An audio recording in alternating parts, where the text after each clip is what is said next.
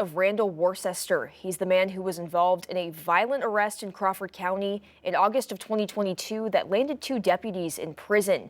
Tonight, we've learned that a Crawford County judge acquitted Worcester for crimes he himself was alleged to have committed that day. The ruling comes after a mental health professional deemed him unfit to understand the criminality of his conduct.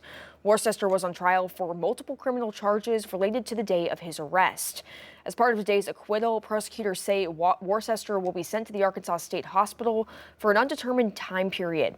When they deem that he is no longer a danger to others, he will be released with some supervision.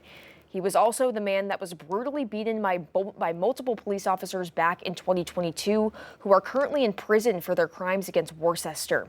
Footage of the arrest grabbed national headlines back in 2022, leading to calls for action from several state leaders. Both officers were sentenced after they pled guilty to charges related to his arrest. We spoke with Worcester's attorney, Rachel Bussett, tonight to find out what's next for her client after today's acquittal. Mr. Worcester will go into custody where he'll be evaluated for future treatment needs. Well, he'll be admitted to an appropriate mental health facility in Arkansas where there will be an evaluation done related to his dangerousness. There may be a recommendation for continued inpatient treatment for a while, or he can be released for outpatient with continued requirements for follow-up. We'll hear from the prosecuting attorney appointed to this case coming up tonight at 10. Both of the former Crawford County deputies convicted of depriving Worcester of his civil rights during the violent arrest were sentenced to prison in federal court. Levi White received 5 years and 3 months, while King received 1 year. Both entered plea deals, and White is now appealing the sentencing and asking the court to reconsider, arguing it was unduly harsh compared to King's. A third officer with the Mulberry Police Department seen in the video never faced charges. You can follow updates on White's appeal and find all our coverage of this case with our free 5 News smartphone app. Turning now to the forecast, the heat has returned for the first weekend of summer. Meteorologist Stephen Elmore is in the 5 News Weather Center tracking what we can expect heading into the work week. Hey, Stephen. Hey there. Yeah, it's been hot today, really hot this weekend as well. Good news is if you've been enjoying it, that trend's going to continue throughout most of this week. Tuesday evening, that's going to be our next chance that we have for some spotty thunderstorms here and there. But then really most of this upcoming week, it's going to be hot. It's going to be muggy. We're going to see lots of sunshine and not a lot of changes outside of that one rain chance a little bit later on this week. Here's a look at current things out there right now. A few spotty clouds here and there, but with dry throughout most of the day today. It's just been hot outside. Here's a look at what it currently feels like out there right now. Feels like we're in those mid to upper 90s, some triple digits across the river valley as well. This trend, this is what we're going to have to get used to throughout most of this week. The one nice thing that's been happening throughout the day today is a steady breeze up from the south. Made it feel a little bit better, even though it's warming up those afternoon highs for us today. Waking up tomorrow morning, we'll start off into those low to mid 70s as we start our Monday morning. Most of the day, another day with lots of sunshine. Every once in a while, a few passing clouds here and there. Again, Tuesday evening, that'll be our one rain chance. We'll talk about when and where those rain chances will happen coming up in just a bit. Developing this weekend, Springdale police say a 6-year-old boy has drowned in a pond near a city park. It happened by Shaw Family Park in northwest Springdale. Officers were called to the scene shortly after 8 last night after reports that a child was in the pond near a splash pad. First responders arrived to find the boy unconscious. He was taken to a nearby hospital where he was pronounced dead. Police say they're still investigating what happened. The B-2 bombers that carried out the attack on Iranian nuclear sites over the weekend have returned home. This is footage captured today at the Whiteman Air Force Base in the Kansas City area. The White House confirmed the attack last night and says it completely destroyed Iran's most key nuclear site. It still remains unclear if Iran maintains any nuclear capabilities after this weekend's strikes. Willie James Inman is following developments tonight in Washington, D.C. He joins us at the White House with the latest on how the Trump administration is responding to threats of retaliation from Iran. Hours after the U.S. launched airstrikes on 3 key Iranian nuclear sites, President Trump declared the mission a spectacular military success. Iran's key nuclear enrichment facilities have been completely and totally obliterated.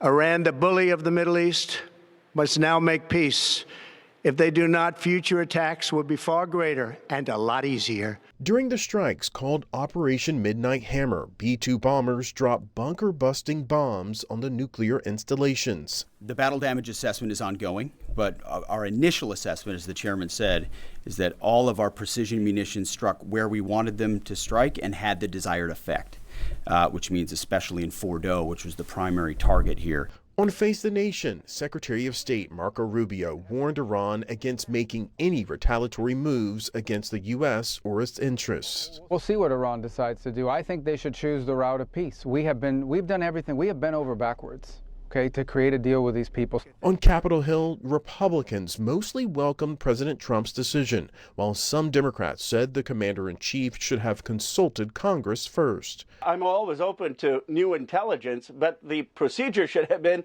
that Congress was briefed before we decided to enter war and that we actually had a vote on it. With Israel and Iran in their second week of battle, the IDF's chief of staff said the campaign is ongoing, adding that the Jewish state has targets to strike and objectives to complete. Willie James Inman, CBS News, Washington.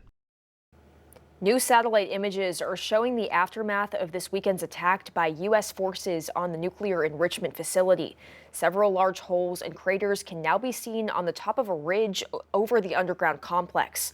Several of the tunnel entrances that lead into the underground facility are also now blocked with debris. Of course, we'll continue following any developments throughout the night from the White House and bring you any updates tonight on your 5 News at 10.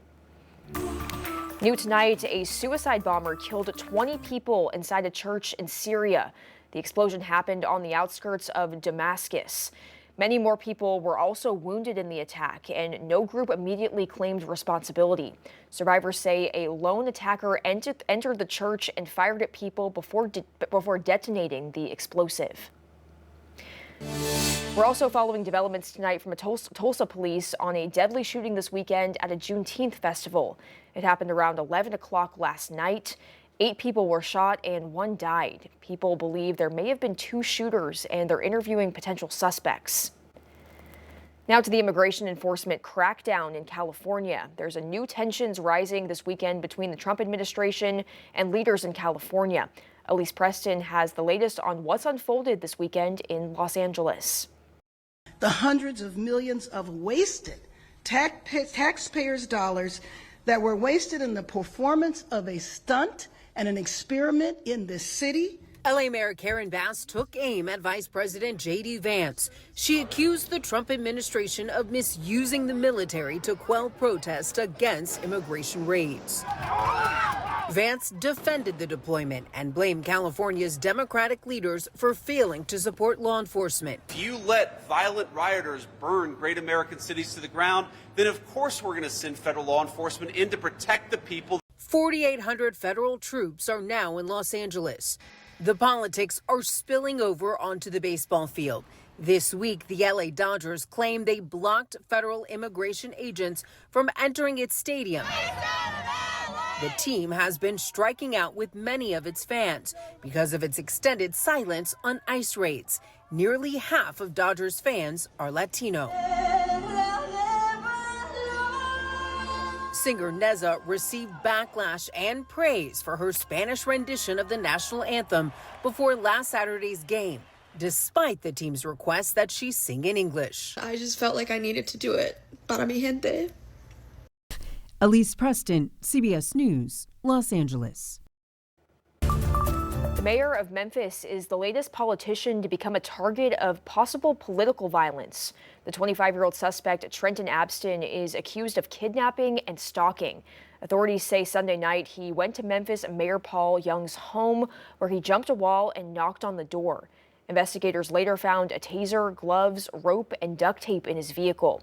The judge set a $50,000 bond for Abston and set strict limits. Contact Paul Young, the alleged victim in this case. You may not contact him directly, indirectly, or be anywhere he's likely to be. In a statement, the Memphis mayor said, quote, "In today's climate, especially after the tragic events in Minnesota and the threats my wife and I often receive online, none of us can be too careful. The link between angry online rhetoric and real-life violence is becoming undeniable." We've also learned tonight that one of Memphis's best-known businessmen has died. Fred Smith, the founder of Federal Express, has died at the age of 80. He revolutionized the shipping industry when he started FedEx in 1973. Smith stepped down as CEO in 2022, but served as the company's executive chairman until his death. No cause of death was provided.